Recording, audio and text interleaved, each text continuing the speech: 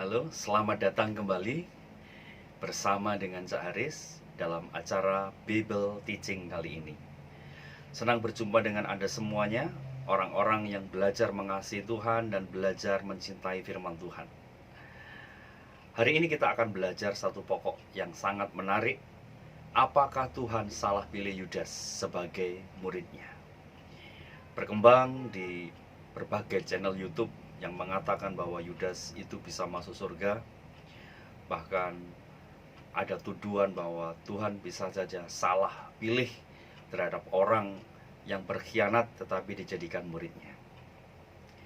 Oke, jika Tuhan Yesus tahu bahwa pada akhirnya Yudas berkhianat kepadanya, mengapa Yudas tetap dipilih sebagai muridnya? Pertanyaannya, apakah Tuhan bisa salah? Atau apakah Tuhan punya tujuan lain untuk memakai Yudas hanya sebagai objek untuk menggenapi nubuatannya? Kita akan bongkar alasan-alasan mengapa Tuhan memilih Yudas sebagai muridnya. Jadi pastikan terus bersama Cak Aris dalam acara Bible Teaching sampai tuntas. Supaya kita tidak gagal paham, mari kita kenali lebih dahulu beberapa nama-nama Yudas dalam Alkitab. Banyak nama Yudas dalam Alkitab Perjanjian Baru dengan segala perbuatan dan ceritanya yang berbeda-beda. Seolah-olah itu dilakukan oleh orang yang sama, padahal dilakukan oleh orang yang berbeda-beda. Nah, pentingnya kita paham ini supaya kita dapat mengerti dengan benar, konsep kita tidak tumpang tindih atau tidak kacau.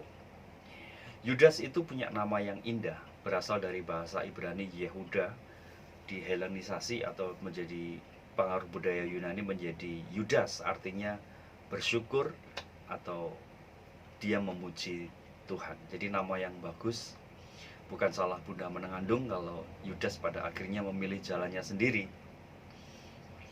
Yudas adalah nama yang pasaran waktu itu di kalangan orang Yahudi. Setidaknya ada 9 nama Yudas yang tercatat dalam Alkitab Perjanjian Baru ini. Yang pertama, Yehuda putra Yakub, nenek moyang Yesus Kristus dalam Matius 1 ayat 2-3. Yang kedua, Yehuda atau Yudas keturunan Natan putra Daud leluhur Yesus Kristus dalam Lukas 3 ayat 30-31.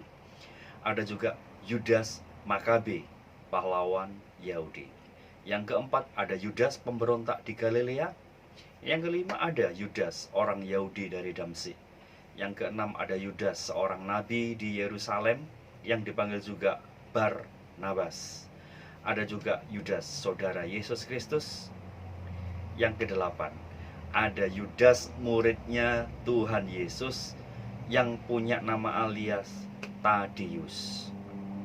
Dan yang kesembilan yang kita pelajari adalah Yudas Iskariot. Dilekatkan untuk menunjukkan asal tempat orang dari Keriot, makanya disebut Yudas orang Keriot. Untuk selanjutnya kita panggil saja Yudas Iskariot sebagai Yudas. Sisi gelap dari Yudas. Yudas lebih dikenal dengan reputasi yang buruk. Jadi yang pertama yang perlu kita pahami, ada stigma negatif di masyarakat bahwa Yudas itu memiliki konotasi sebagai orang Kariot atau orang Sika. Orang Sika itu adalah orang yang memiliki budaya membawa belati kemana-mana, seperti orang yang beraliran fanatik, beraliran garis keras, itu orang Sika. Yudas juga diambil dari bahasa Aram yang artinya orang yang hidup berpura-pura atau pandai bermain watak. Tepat seperti apa yang dikerjakan oleh Yudas terhadap Yesus, dia begitu piawai memainkan wataknya di depan orang lain seolah-olah dia tidak bersalah. Jadi ada stigma negatif di masyarakat. Yudas juga punya reputasi yang buruk. Injil menceritakan secara jelas. Injil sinoptis Matius, Markus, Lukas, demikian juga dengan Yohanes, menceritakan secara jelas tentang peristiwa-peristiwa, pengalaman-pengalaman yang dilakukan oleh Yudas, menorehkan sejarah hitam dalam Alkitab. Jadi reputasi buruknya sangat kental sekali. Yudas bukan saja di stigma negatif, dapat reputasi buruk, tapi juga dia ditempatkan pada level yang rendah. Dalam daftar 12 nama murid Tuhan Yesus, nama Yudas Iskariot selalu diposisikan pada urutan yang paling buncit, pada urutan yang terakhir. Ditambah lagi dengan keterangan dia orang yang mengkhianati atau menjadi pengkhianat. Jadi itu sisi gelap dari Yudas. Sekarang sisi terang. Nah, pastinya Tuhan Yesus tidak memilih Yudas dari sisi gelapnya, tetapi Tuhan Yesus memilih Yudas dari sisi terangnya. Yang pertama, Yudas lolos audisi sebagai murid Yesus. Yudas Iskariot. Artinya Yudas itu berasal dari Keriot, sebuah kota yang terletak di sebelah selatannya Yehuda. Dari 12 orang murid, 11 murid itu berasal dari Galilea, di wilayah pantai dekat tempat kelahiran Yesus. Tetapi Yudas ini berasal dari luar Galilea karena dia ada di Yudea. Dengan kata lain, kalau ada orang yang punya kapasitas yang lebih baik, walaupun rumahnya jauh, dia akan bisa lolos audisi karena memang kapasitasnya memadai. Jadi Yudas memang lolos audisi sebagai murid. Yang kedua, Yudas juga punya kecakapan yang dapat diandalkan. Apa buktinya?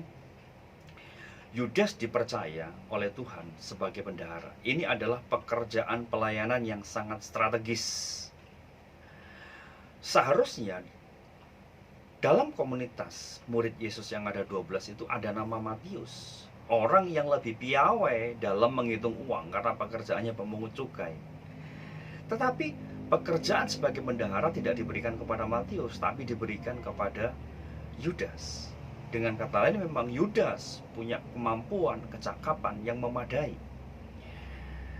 Yang lebih menarik lagi, Yudas bukan saja diangkat sebagai murid Yesus, tetapi juga diangkat sebagai Rasul Tuhan Yesus. Yudas Iskariot pertama kali disebut dalam catatan Injil, dalam daftar sebagai nama para rasul, itu terjadi setelah peristiwa Paskah, kurang lebih 1,5 tahun setelah Tuhan Yesus memulai pelayanannya. Tercatat dalam Markus pasal 3 ayat 19 dan Lukas 6 ayat 16. Hal ini memperlihatkan bahwa waktu itu memang pada awalnya Yudas adalah orang yang dapat dipercaya, dapat diandalkan, orang yang cakap, orang yang berpendidikan, orang yang diperkenan Tuhan untuk diajak bekerja bersama-sama dalam satu tim pelayanan yang solid. Nah, sekarang pertanyaannya, benarkah Yudas dipilih untuk menjadi seorang pengkhianat? Kisah Rasul 1 ayat 25 saya akan bacakan. Untuk menerima jabatan pelayanan, yaitu kerasulan yang ditinggalkan Yudas yang telah jatuh ke tempat yang wajar baginya. Ayat ini menjelaskan Yudas itu memilih tempatnya sendiri. Yudas jatuh ke tempat yang wajar baginya. Tempat yang wajar baginya itu menjelaskan pilihan Yudas secara personal. Pilihan Yudas sendiri menentukan arah hidupnya.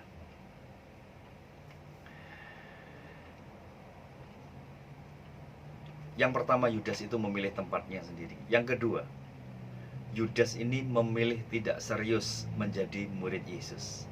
Saya buktikan. Matius 26 ayat 25.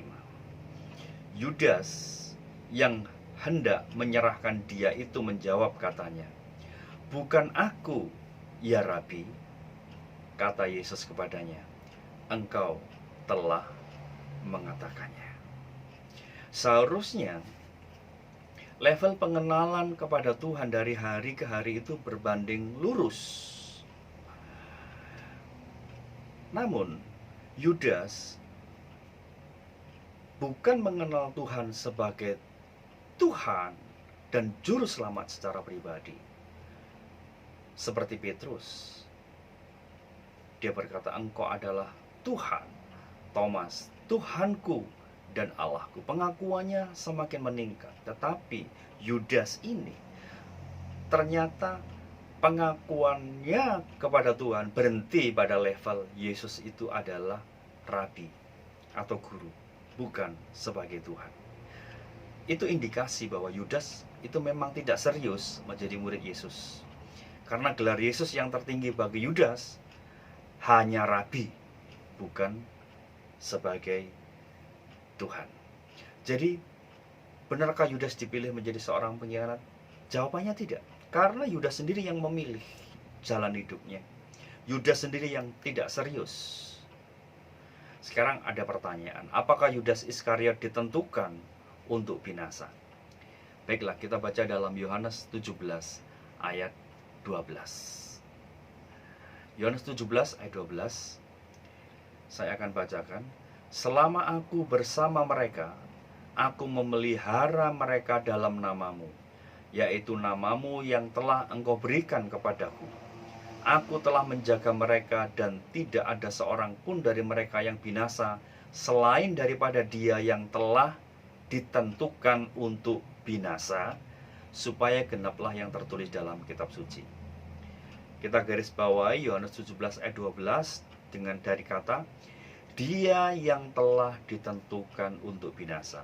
Ini terjemahan LAI, terjemahan baru. Namun LAI terjemahan lama berkata, selagi aku bersama-sama dengan mereka, aku ini memeliharakan mereka itu atas namamu yang engkau karuniakan kepadaku, dan aku sudah menjagai mereka itu, dan seorang pun tiada daripada mereka itu yang hilang, kecuali anak kebinasaan. Ada perbedaan yang sangat jauh.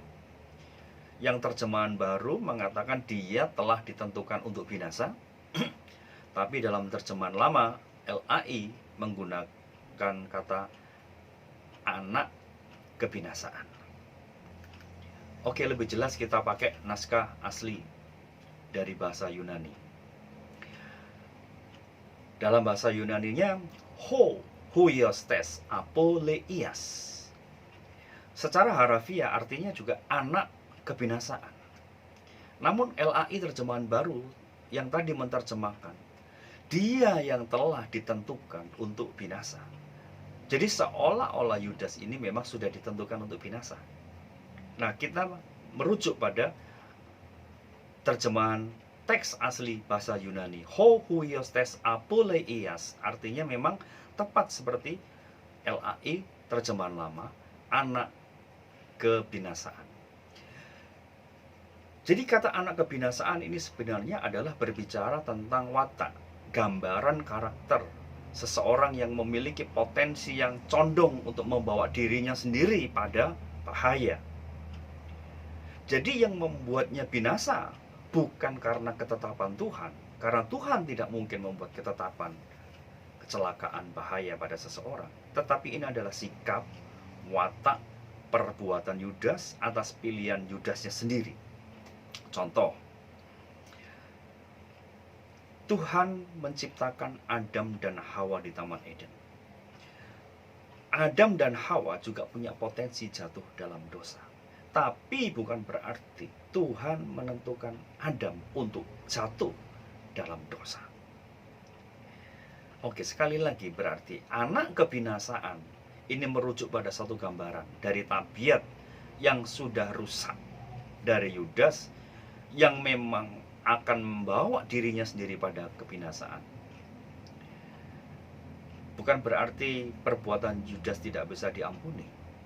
Namun Yudas tidak membawa dirinya pada anugerah pertobatan kepada Tuhan Yesus. Jadi kesimpulannya, apakah Tuhan salah memilih Yudas sebagai muridnya? Jangan curiga atau meragukan kualitas panggilan Tuhan kepada Yudas. Yudas ini memulai pelayanan dengan karakter yang baik, karakter yang dapat dipercaya, karakter yang dapat diandalkan. Namun di tengah perjalanan, karakter Yudas bertransformasi menjadi alat iblis dan dia mengakhiri hidupnya sendiri secara tragis. Itu bukan ketetapan Tuhan. Tuhan tidak pernah salah dalam memilih Yudas. Tujuan Tuhan memilih Yudas adalah supaya menjadi pembawa kabar baik, menjadi orang yang hidupnya berguna dan berdampak kekekalan. Tuhan sama sekali tidak memilih atau menetapkan Yudas sebagai objek pelengkap untuk tergenapinya nubuatan dalam Alkitab. Tuhan juga tidak pernah memaksa seseorang untuk mematikan kehendak bebasnya. Dengan kata lain, Yudas sendiri yang memilih jalan hidupnya menjadi tamak terhadap harta, menjadi alat iblis, dan hidup yang sia-sia. Apa implikasinya untuk kita? Sangat penting. Pelayanan itu tidak dimulai dari membangun penampilan luar, namun membangun kualitas hati yang terus setia kepada Tuhan. Pelayanan itu bukan merumuskan sendiri ukuran keberhasilan dengan kemegahan gedung, lengkapnya fasilitas, sistem manajerial yang profesional. Itu semua perlu, bahkan harus. Namun itu bukan sebagai aksesoris atau topeng untuk menutupi agenda pribadi yang tersimpan dalam diri kita masing-masing. Tuhan